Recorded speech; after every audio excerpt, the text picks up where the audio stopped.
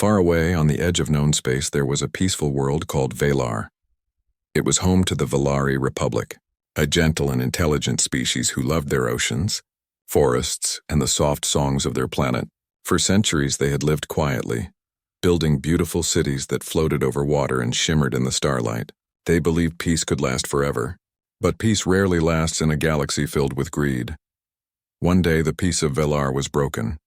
A ruthless group of raiders, mercenaries and warlords from many different worlds came to take what they wanted. Valar's oceans were rich with rare minerals and their energy fields could power fleets. The raiders didn't come to negotiate. They came to conquer. The Valari tried to fight back, but their fleets were no match for the invaders. Their defense ships were elegant, designed for patrol and science, not for war. Within days, the skies above Valar were burning. Their orbiting stations were torn apart, and communication networks collapsed one after another. The Valari government fell into chaos. Families hid underground, listening to the endless sound of explosions above. Their leaders gathered in what was left of the High Council chamber. Smoke filled the air. Some argued that surrender was the only way to save lives. Others wanted to fight until the end. But one young counselor, desperate and trembling, made a final suggestion: send a message. Not just to their allies, but to anyone, anywhere. They had no encryption systems left. No special codes. The message would be simple and open, something any passing ship could hear. It was a last cry for help sent out across the stars. Please, the message said. This is the Valari Republic. Our world is under attack. We have no defenses left. If anyone can hear this, please help us. The message repeated again and again, echoing into the dark, endless silence of space. Days passed. Then weeks. The Valari's hope began to fade. No one responded. Many believed the message had been lost, or worse, that everyone heard it and simply chose to ignore it. After all, Valar was far from the central worlds. It wasn't valuable enough for empires to risk their fleets. But then something unexpected happened. A faint signal came through. At first, the Valari technicians thought it was interference, a random echo. But when they decoded it, the entire command center went silent. The message was short, direct, and carried a tone that felt both calm and powerful. Message received. Assistance en route. The sender was identified as Earth. For a moment, no one believed it. Earth? That primitive world on the galactic charts? The same humans the archives described as reckless, violent, and unpredictable. Most galactic historians said humans were too unstable for diplomacy, too emotional for interstellar politics. They came from a death world, a planet where everything that breathed could kill and only the strongest survived. The Valari had read stories about them. They were explorers and fighters, known for taming hostile worlds and surviving where others perished. But no one had seen humans fight on a galactic scale. Many Valari officials hoped this meant a small group of humanitarian ships were coming, perhaps a few doctors, engineers or scientists willing to help rebuild. For the first time in months, there was a spark of hope. Civilians whispered to each other in the shelters. Maybe the humans would come with medical supplies or protective shields or technology to drive the raiders away. Maybe Earth's kindness was real. But the more the Valari learned about humans, the more uncertain they became. Their language transmissions were filled with military codes. Their flight paths suggested massive movements across multiple systems. Entire space corridors were being cleared. The Valari analysts began to notice something strange. The humans weren't sending a small expedition. They were sending a fleet. The Valari commanders were stunned. Who sends warships in response to a distress call from strangers? They expected maybe 2 or 3 vessels, not hundreds. Yet the humans didn't slow down or ask for permission. Every day their ships drew closer. Meanwhile, the raiders were celebrating. They had crushed Valar's remaining defenses and were stripping cities for resources. They mocked the idea of outside help, laughing at the thought of anyone daring to challenge them. To them, the Valari were already finished, a broken world waiting to be forgotten. Then, without warning, the sensors on the raiders' ships began to scream. Something vast had entered the system, multiple warp signatures too many to count. The Valari, who watched from underground shelters, could hardly believe their eyes. Their night sky was filled with shadows, massive shapes appearing one after another like mountains made of steel. The stars themselves disappeared behind them. These were not simple ships. They were battleships. Massive carriers, destroyers, and command vessels unlike anything Valar had ever seen. For the first time, the Valari understood what humans meant by assistance. Humanity hadn't come with a handful of ships or diplomatic envoys. They had brought an entire fleet, a war machine built to end wars.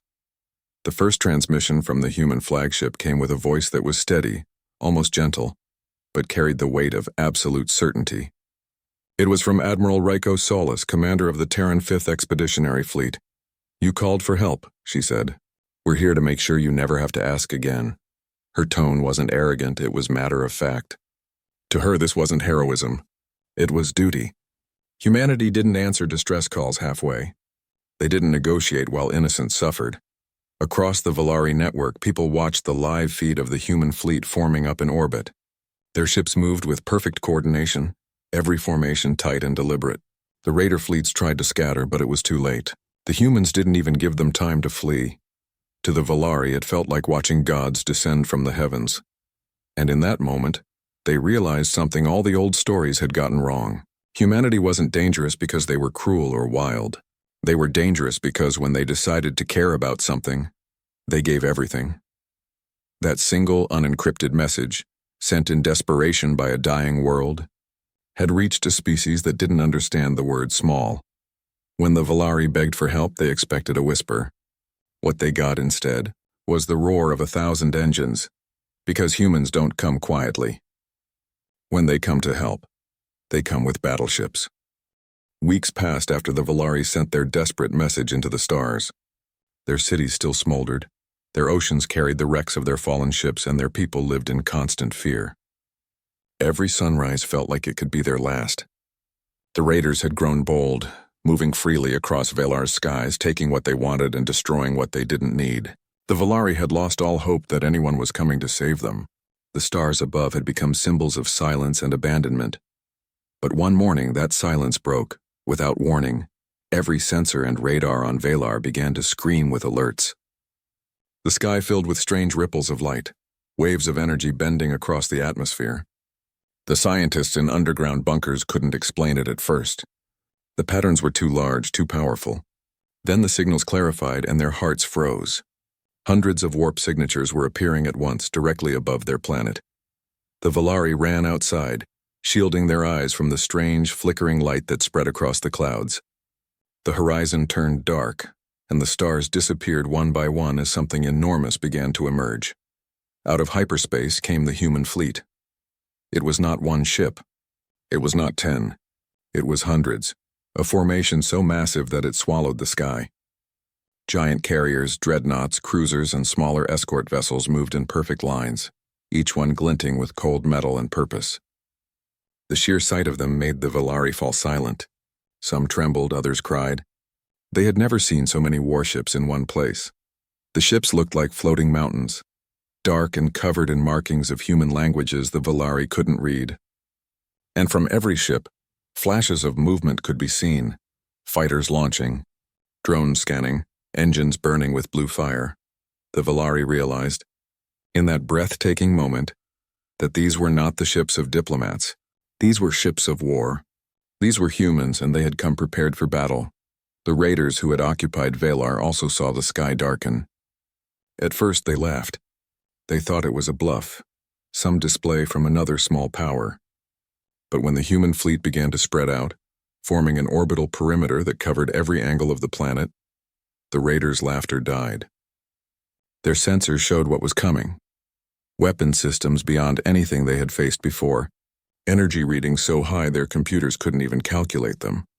The Valari's leaders, hidden deep underground, listened to the first incoming transmission. The voice was calm, female, and strong. It came from the Terran Expeditionary Command, the humans. "Valari Republic," the voice said. "We've arrived. Stay sheltered. We'll take it from here." Those words spread across every surviving communication channel. People repeated them again and again.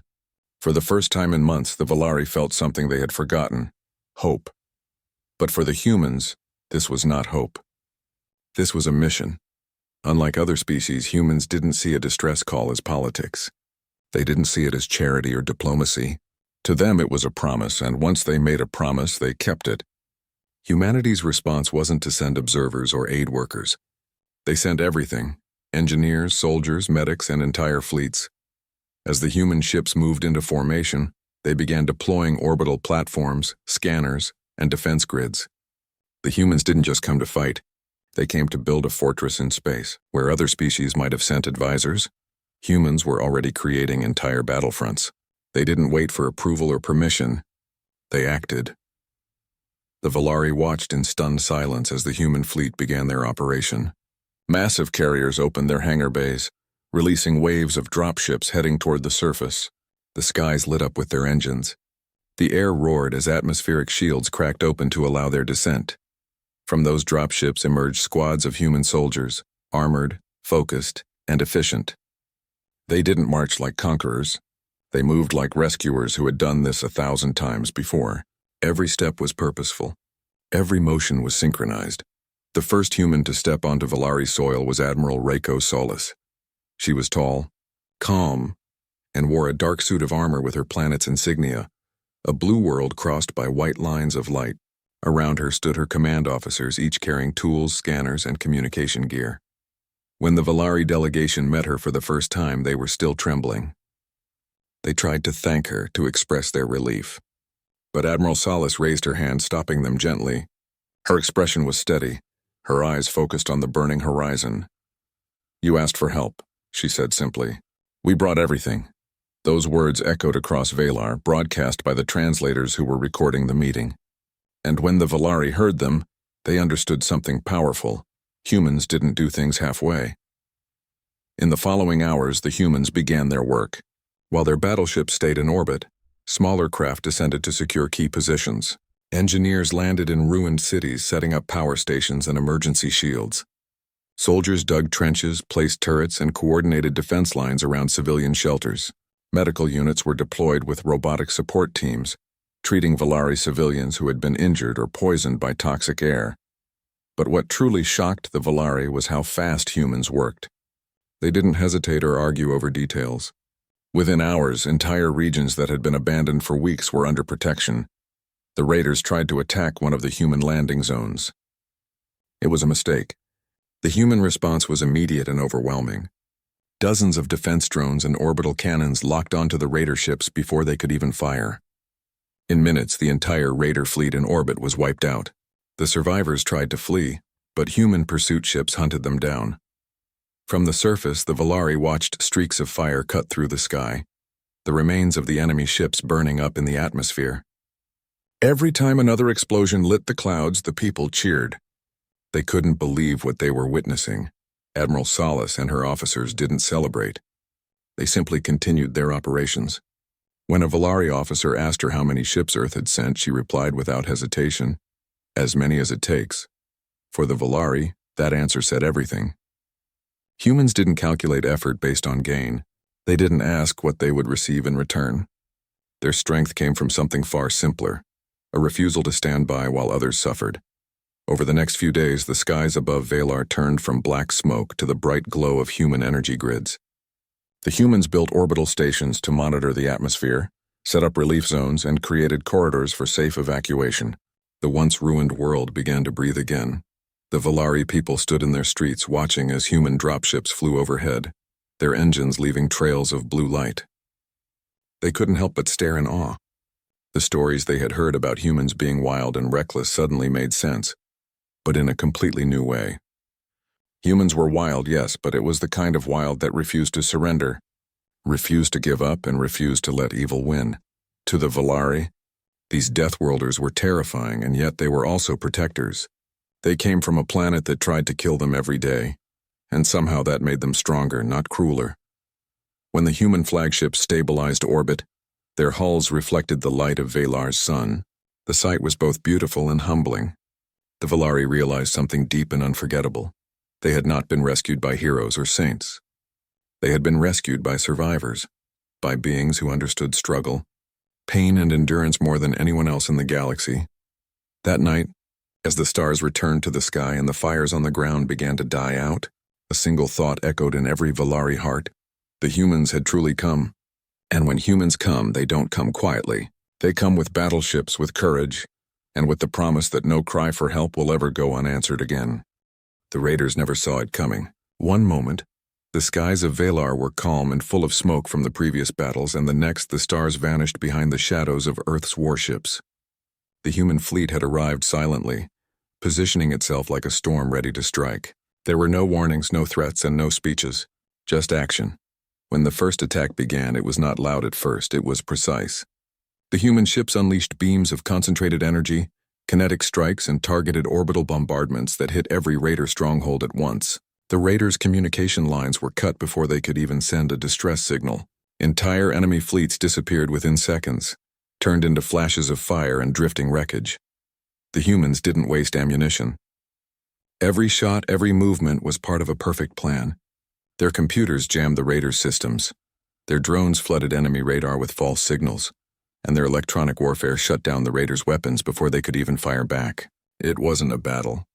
It was a dismantling, a cold, unstoppable operation by soldiers who had come to end a war, not start one. The Valari who watched from below could only stare in disbelief. For months they had seen the raiders destroy their defenses without mercy. Now those same raiders were being wiped out as if the universe itself had decided to punish them. From the ground, the sky looked like it was raining light. Huge explosions lit up the horizon, and the ground trembled with the thunder of orbital strikes. But the most terrifying and astonishing part came next. Human Marines began their descent. Thousands of drop pods burned through the atmosphere, their heat trails crossing the sky like comets. The Valari thought at first it was another attack. But then they realized these were the soldiers of Earth. They were coming down to fight on the ground. The Marines landed in the most dangerous places first, dense jungles filled with poisonous plants, ruined cities covered in radiation, and deep mines that the raiders had turned into fortresses. To the Valari, those were death zones. No one survived long in those areas. But the humans moved through them like they were walking on their own homeworld. Their armor protected them, their sensors guided them, and their teamwork made them unstoppable. The Valari had never seen anything like it. The humans didn't just attack head-on. They adapted. When they ran into toxic fog, they filtered it through their suits and kept moving. When enemy ships bombarded them from the sky, they used the smoke to hide their movements. They turned every disadvantage into an opportunity. And when the fighting reached the cities, the Valari saw something that touched their hearts. Human soldiers didn't just fight to kill the enemy. They fought to protect. They moved civilians first, carrying Valari children in their arms while firing their weapons with the other hand. They covered families with their armor when explosions hit too close. They built walls out of wreckage to shield the weak. To the Valari, it was unthinkable.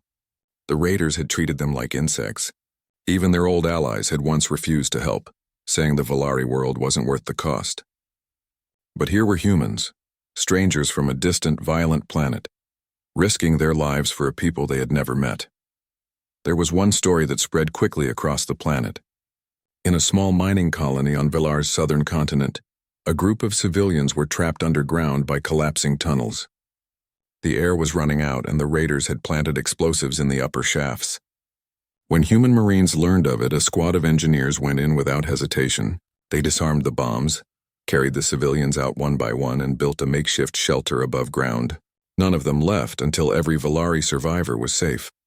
When a local reporter asked the human commander why they risked so much for people they didn't know, he simply replied, "Because you asked for help." That's enough. Those words spread across Valar like a second sunrise. For the first time, the Valari began to believe that humanity wasn't here for glory or power. They were here because they refused to ignore suffering. As the days passed, the human strategy unfolded with terrifying efficiency.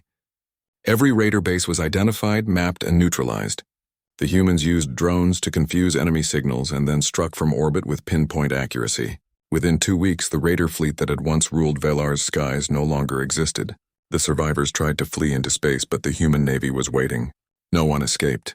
The war that had seemed impossible to win was suddenly over. The Valari couldn't believe it. For months they had been losing everything, cities, lives, hope, and now it was all over in what felt like a blink. The enemy who had seemed invincible was gone, erased by the sheer precision and power of the human response.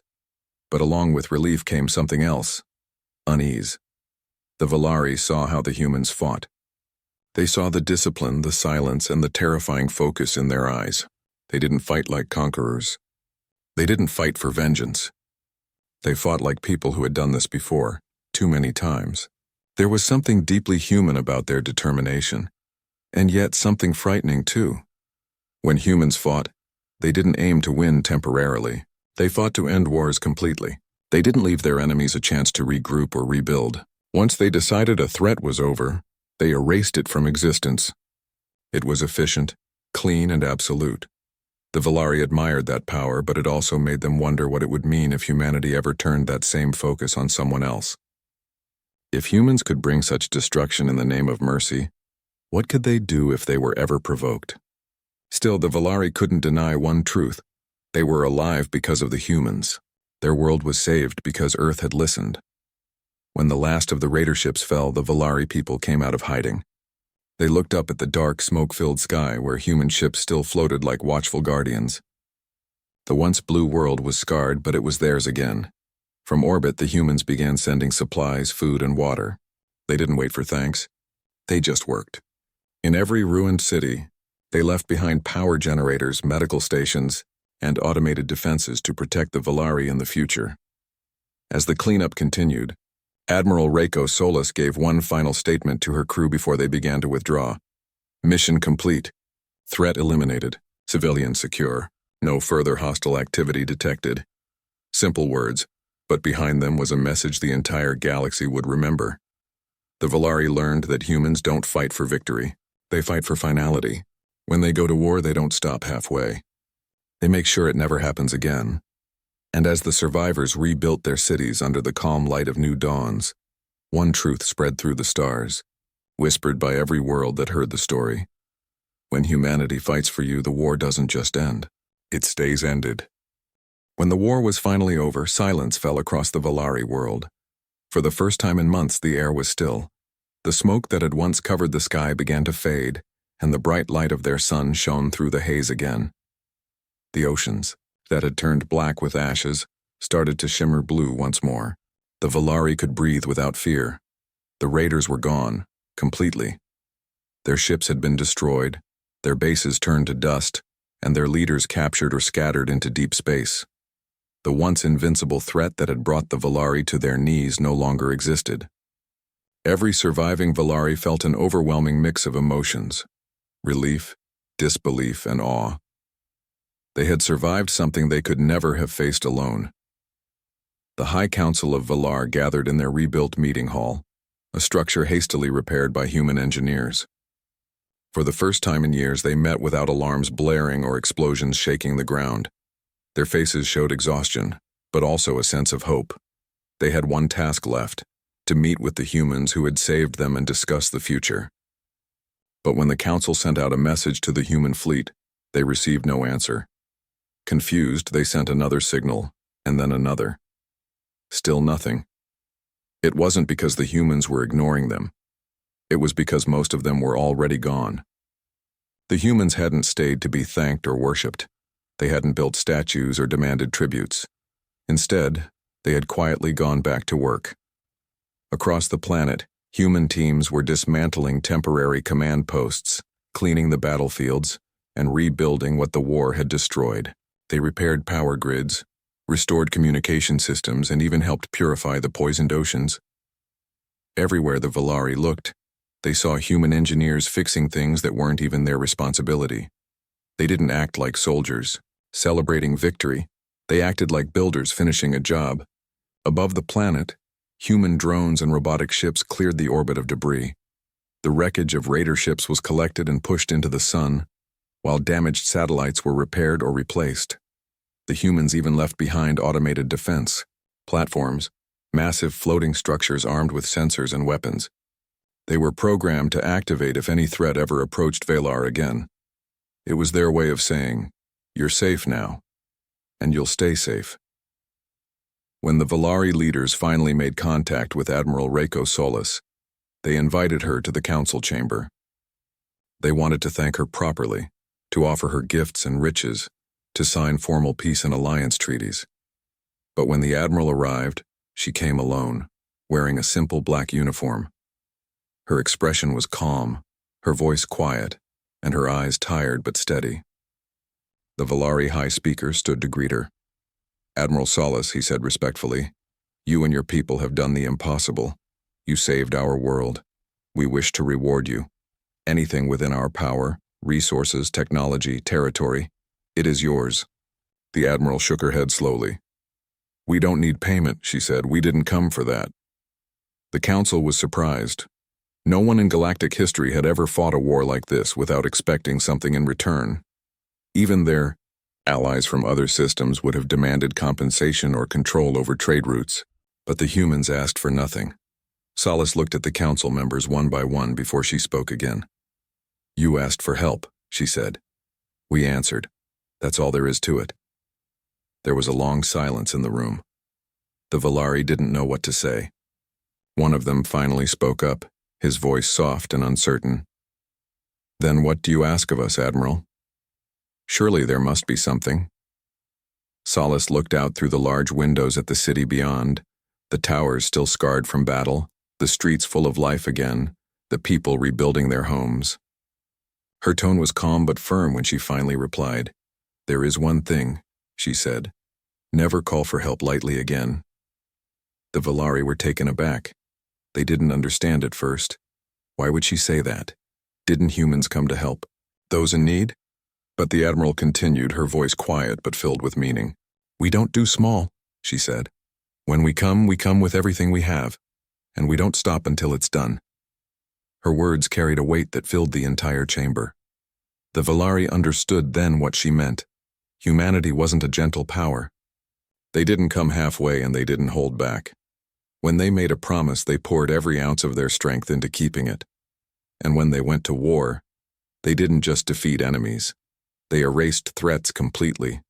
That level of commitment was both beautiful and terrifying. It was the kind of power that could save worlds, or destroy them. Salas stood there for a moment longer, then saluted the Council respectfully. You don't owe us anything, she said. But remember this, next time you call, make sure it's truly worth answering. With that, she turned and left. No guards, no entourage, just a quiet walk back to her shuttle. The Valari watched as her ship rose into the sky and disappeared toward the orbiting fleet. Within a few hours, the human ships began to leave one by one. Massive engines lit up the sky as carriers and dreadnoughts disappeared into hyperspace, their trails of blue light fading into the stars. On the ground, the Valari people gathered to watch them go. Many wept. They didn't cry out of sadness, but out of gratitude and a deep understanding of what they had witnessed.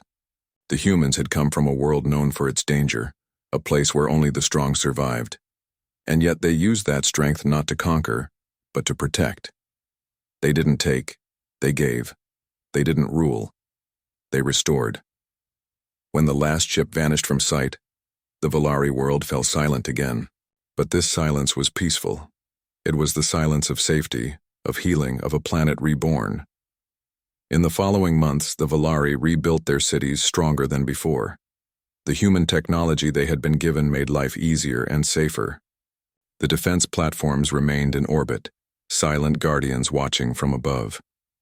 Every time the Valari looked up at the night sky, they remembered the fleet that had once darkened it, not as a symbol of fear, but of salvation. And across the galaxy, stories began to spread. Tales of the Deathworlders who came when no one else would. Stories of a species that didn't understand the word small. Empires that once looked down on humanity now watched them with awe and caution. Everyone learned the same lesson. When humans decide to help, they don't send words or promises, they send fleets. Admiral Reiko Solis and her fleet became legends. Some called them angels, others called them monsters. But to the Valari, they were something greater. They were proof that even in the darkest corners of the galaxy, there existed a power that could bring light, not just through strength but through choice. And though many years would pass, the Valari never forgot her final words, spoken in that quiet, commanding voice. We don't do small.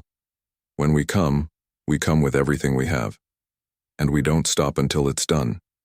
It was both a promise and a warning, a reminder that when humanity answers a call for help, they don't just arrive. They change everything. Months passed since the war ended, and Valor finally began to heal. The once broken world that had burned under endless fire now glittered under clean skies. The air was clear, the oceans were calm, and green life started to return to the valleys and forests. The cities, once full of rubble and silence, now echoed with laughter and work. For the first time in generations, the Valari people lived without fear.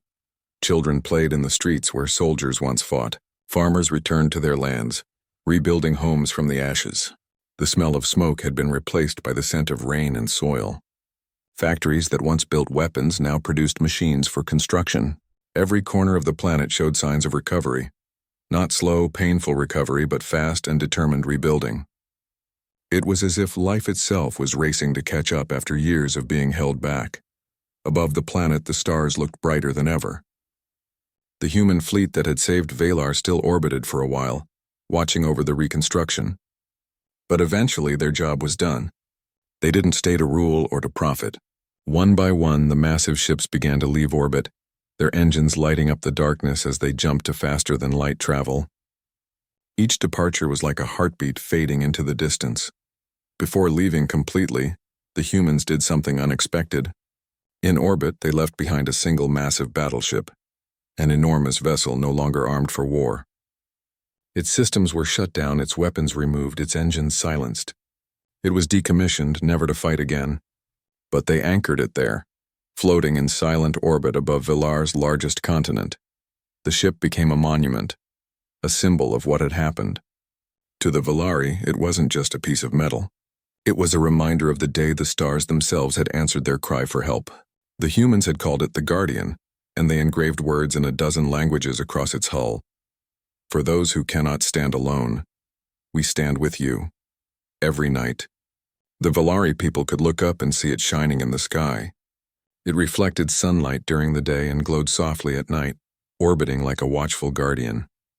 It reminded them of the ones who had come from far away, the Deathworlders, who had brought both destruction and salvation. News of Valar's survival spread across the galaxy faster than light. Traders, travelers, and diplomats carried the story to every known world. Each time it was told, it grew a little, until it became legend. Some called it a miracle. How a world on the edge of extinction had been saved by humans, a species still new to the galactic stage. No one had expected them to come. Fewer still believed they could win, but they didn't just win. They erased the enemy completely and rebuilt what was lost. Other races, however, didn't see it as a miracle. They saw it as a warning. If humans could destroy a raider armada in days and rebuild a world in months, what else could they do? What would happen if that power was ever turned against them? The story spread in whispers and reports. It reached the council halls of empires, the dark bars of pirate stations, and the dusty archives of ancient species. Every version carried the same truth. Humanity had changed the rules. They didn't fight like anyone else. They didn't help like anyone else. On death worlds like Earth, survival was harsh. Every day was a struggle against nature itself. Those who came from such a world grew strong, clever, and relentless. And when such people heard the words "help us," they didn't send kind words or half measures. They sent everything. The story of Valar's salvation became one of the most famous tales in galactic history. Children on distant planets grew up hearing about the Deathworlders, the humans who answered a cry for help not with diplomats but with battleships. It became a saying repeated across countless worlds. When Deathworlders hear a cry for help, they don't send diplomats. They send battleships. For some, those words brought comfort. For others, they brought fear. But for everyone, they brought respect. Humanity had proven what they were capable of, not just their strength, but their will to act. In the months that followed, Valar joined the interstellar community again, this time as a symbol of unity. The Valari Council often spoke about the humans, describing them not as conquerors, but as protectors who carried a kind of fire that couldn't be extinguished. Their leaders would look up at the silent ship in orbit and remind their people that help could come from the most unexpected places. When traders from other worlds arrived, they too looked up and saw the battleship. Some stared in awe. Others turned away uneasily. Its massive frame hung in the darkness like a sleeping giant. Even without power, it commanded respect. And deep in the archives of Earth, Admiral Reiko Solis, the leader of the human fleet, was asked what she thought of the legend forming around her. She simply smiled and said, We didn't go to Velar to make history. We went because someone needed help. That's all. But to the rest of the galaxy, that all meant everything. Because the humans had shown what true help looked like. Total commitment. They didn't come with half a heart or a single ship. They came with their entire strength, and they didn't stop until the job was done. Even now, generations later, the story of Velar is still told in the farthest corners of the galaxy. It's whispered in alien tongues, written in history books, and remembered in songs. Every version ends with the same powerful truth. When Deathworlders, when humans, answer a call for help, they change the universe. They don't just protect lives, they reshape destinies. They leave behind more than rebuilt cities or saved planets. They leave behind a message that echoes through time. That message is simple, but it carries the weight of stars. Humanity doesn't do small. When they help, they bring their full strength, their heart, and their fire. And when they finally leave, the universe itself is never the same again. As Velar's sun set over its shining cities and the Guardian drifted silently above, the Velari people looked up and remembered. They remembered the thunder of engines, the light of the human fleet cutting through the darkness, and the words that had defined an era, words that every world in the galaxy now understood in their own way. When Deathworlders hear a cry for help, they don't send diplomats. They send battleships. And in that truth, the galaxy learned something it would never forget. When humanity helps, the universe itself changes forever.